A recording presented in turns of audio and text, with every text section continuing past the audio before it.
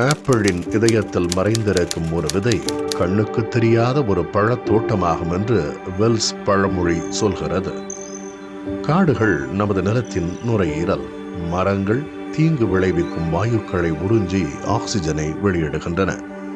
அதிக மரத்தோட்டங்கள் ஆக்சிஜன் அளவை அதிகரிக்க உதவும். மரங்கள் மகத்தான சுற்றுச்சூழல் இருப்பை கொண்டுள்ளன. புவி வெப்பமடைதலை தடுக்கும் இயற்கை சக்தியாக விளங்குகின்றன. வெப்பநிலையை ஒழுங்குபடுத்துவதிலும் மழை பொழிவுக்கு உகந்த வானிலையை உருவாக்குவதிலும் மிக முக்கிய பங்கு வகிக்கின்றன. மரங்கள் பெரும்பாலும் பூமியின் மேற்பரப்பிற்கான நங்கூரங்களாக செயல்படுகின்றன.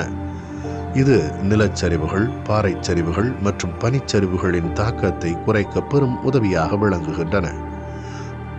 நாம் மரம் வளர்ப்பு நடவடிக்கைகளுடன் நேரத்தை செலவிடும் போது மன அழுத்தத்தை குறைப்பதோடு பசுமையான மரங்கள் மனதை மகிழ்ச்சியாகவும் உற்சாகமாகவும் ஆக்குகின்றன. ஒரு மரத்தை நடுபவர் ஒரு நம்பிக்கையை நடுகிறார் என்ற லூசி லார்ஹாம் வாக்கின் படி மண்ணுக்கும் மக்களுக்கும் குழு மரக்கன்றுகளை நட்டு பராமரித்து வருகிறது. ஒரு லாஸ்ட் டைம் வந்து உசிலம்பட்டி கம்மாவை சுத்தம் பண்ணி இங்கே ஆக்கிரமித்தில் இருந்த கம்மாவை சுத்தம் பண்ணி 500 பனைமரம் நட்டோம். அதில் இன்றைக்கி ஒரு 150 மரக்கட்டை பொழைச்சிருக்கு. நான் இங்கே ஷூட்டிங் வரும்போது இந்த கிராமத்தை பார்த்தேன், எனக்கு ரொம்ப பிடிச்சிருந்தது. ஸோ இங்கே நிறைய மரங்கள் நட்டு வச்சா நல்லா இருக்கும், பாதுகாப்பாக இருக்கும்னு தோணுச்சு. அதனால தான் இந்த கிராமத்தை தான் சூஸ் பண்ணிட்டு இங்கே வந்தோம். காஞ்சிபுரம் வட்டாரத்தில் அமைந்துள்ள ஆர்ப்பாக்கம் ஊராட்சி பகுதியில் தன்னார்வலர்கள் அங்கு உள்ள குளத்தை சுற்றி உள்ள பகுதிகளை சுத்தம் செய்து மரக்கன்றுகளை நட்டனர்.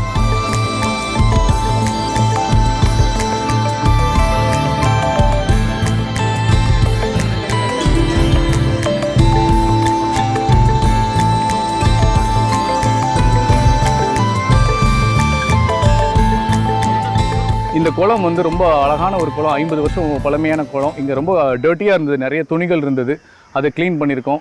நட்டு வச்ச எல்லா மரத்துக்கும் தண்ணி ஊற்று உரம் போட்டு அது வந்து ஒரு மரம் கூட ஃபெயிலியர் ஆகாத அளவுக்கு நாங்கள் செட் பண்ணியிருக்கோம். மரம் வளர்ப்பது ஒருவருக்கு உயிர் கொடுப்பது போன்றது. நாம் நடும் ஒவ்வொரு மரமும் சமுதாயத்தின் ஆதாரமாக மாறுகிறது.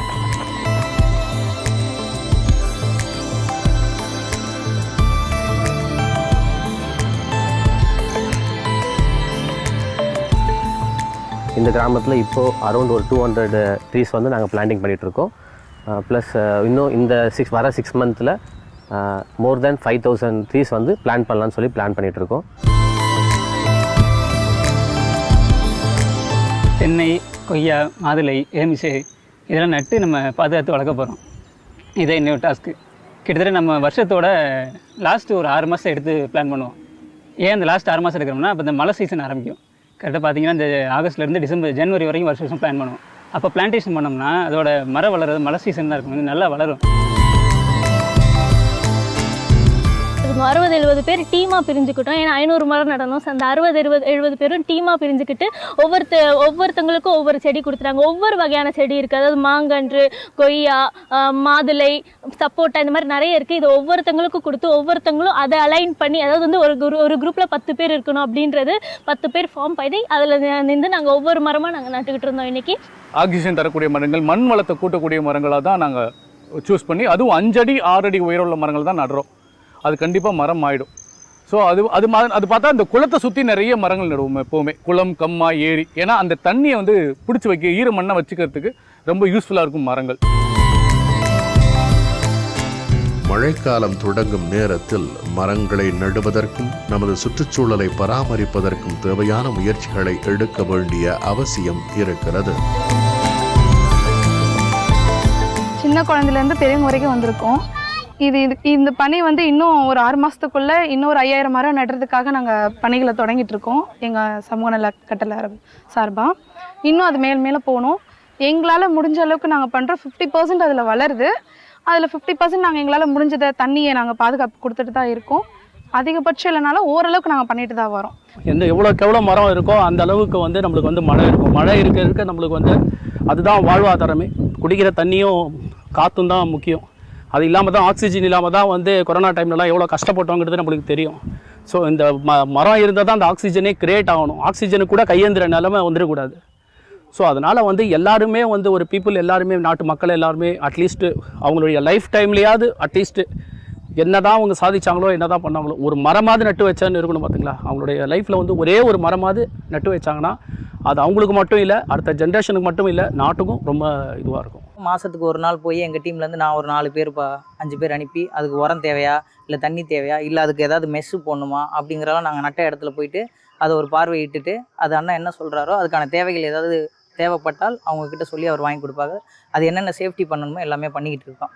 இது ஒரு ஆளாக பண்ண முடியாது, ஒரு டீம் ஒர்க்காக சேர்ந்தால் மட்டும்தான் பண்ண முடியும். அதே மாதிரி எல்லாருமே சேர்ந்து செஞ்சால் நம் நாடு மலைவளம் காப்போம். மரக்கன்றுகளை நடுவதோடு அதை தொடர்ந்து பராமரிக்கவும் உறுதிமொழி எடுத்தனர். இன்னைக்கு இருக்கிற லைஃப் ஸ்டைலில் ஹீட் ப்ரொடியூஸ் பண்ணுற ஒரு வாழ்க்கை முறையில் தான் நம்ம இருக்கிறோம். ஏசி, காரு, பைக்கு இப்படி எல்லாமே வந்து ஹீட் ப்ரொடியூஸ் பண்ணுது.